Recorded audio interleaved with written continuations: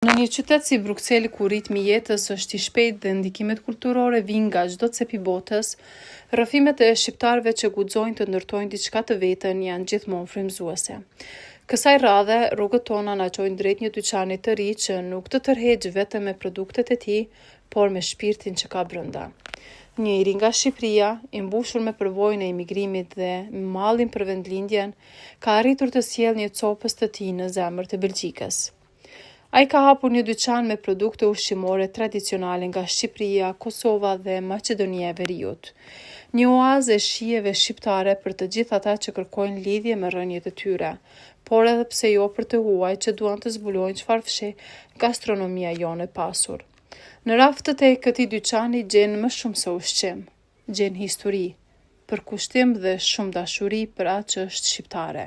Në këtë intervistë ai na rrëfen sfidat që ka kaluar, ëndrrën që e ka ndjekur me ngulm dhe shpresën për të sjellë kulturën tonë sa më afër komunitetit belg.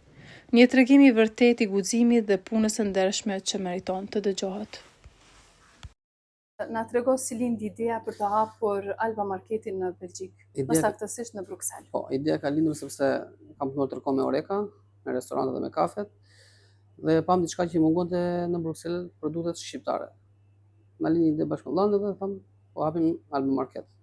Çfarë lloj produktesh ofroni dhe nga cilat rajone vijnë ato? Ne ofrojmë kretu dhe produktet shqiptare, do të thonë duke filluar nga orizi, nga belina, të tëra gjërat, produktet që neve jemi rritur me to. Ofrojmë produktet e Kosovës dhe të Maqedonisë Veriut. Do të thonë kretë trojet shqiptare.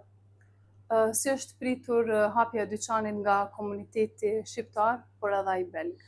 Nga komuniteti shqiptar është pritur shumë mirë, nuk e prisim. Ka qenë domethënë një emocion shumë i fortë, është pritur aq zakonisht mirë.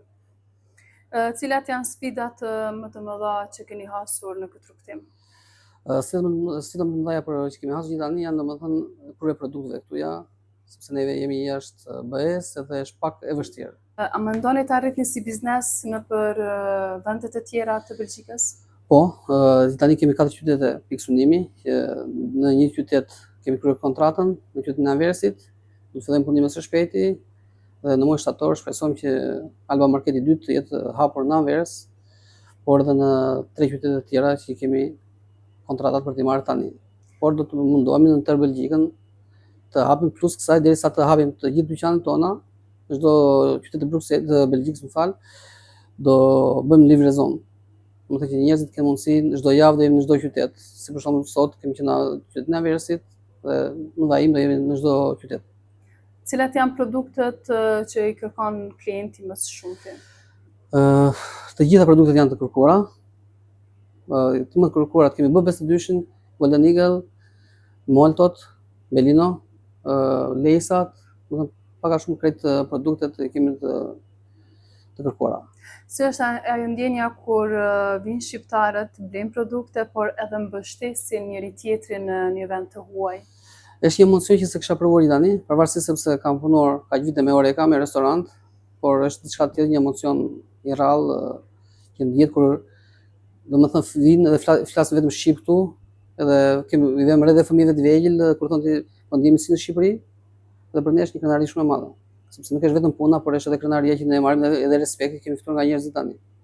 Cilat janë vështirësitë më të mëdha kur keni ardhur për herë të parë në Belgjik si emigrant? Ka kaluar shumë vite, rreth 15 vite, por vështirësitë më të mëdha ka qenë pajisja me dokumentat, për gjetur një vend pune. Ka filluar punën si kuzhinier në fillim, disa vite kam punuar si kuzhinier, dhe dikush sa fillova mora restorantin tim, kafen tim edhe aty filloi gjithçka. Si jeni përshtatur me jetën në Belgjik? Ishte vështirë? Pak e vështirë sepse vjen nga një klimë ndryshe, edhe nga jetesë ndryshe, edhe nga një edukat ndryshe. Pak e vështirë ka qenë në fillim, por tani shkruaj zotit jemi përshtatur mirë. Çfarë i mungon më së shumti nga Shqipëria? Gjithçka. Do të thënë jemi këtu me trup, por me zemër jemi në Shqipëri. Na mungon gjithçka nga Shqipëria. A mendon ndonjëherë që të ktheheni në vendlindje të kontribuani për Shqipërinë? Po. Të hapni ndonjë biznes atje? Po. Mendoj domethënë një rikthim, mund të jetë një rikthim në Shqipëri. Çfarë mesazhi do të kishit për gjithë shqiptarët që jetojnë në Belgjik? Një mesazh për shqiptarët, sidomos për këta që kanë ardhur tani, mos dorëzohen kurrë, Kemi shumë sfida përpara, po gjithmonë s'do dorëzuar. Të vazhdojmë përpara. Kush mund të hapë një biznes është gjë më e mirë, edhe kur punojmë për diçka tjetër prapë, domethënë gjithçka arrit me punë dhe me pasion. Faleminderit shumë për këtë bisedë të Dhe ju këndshme. falenderoj.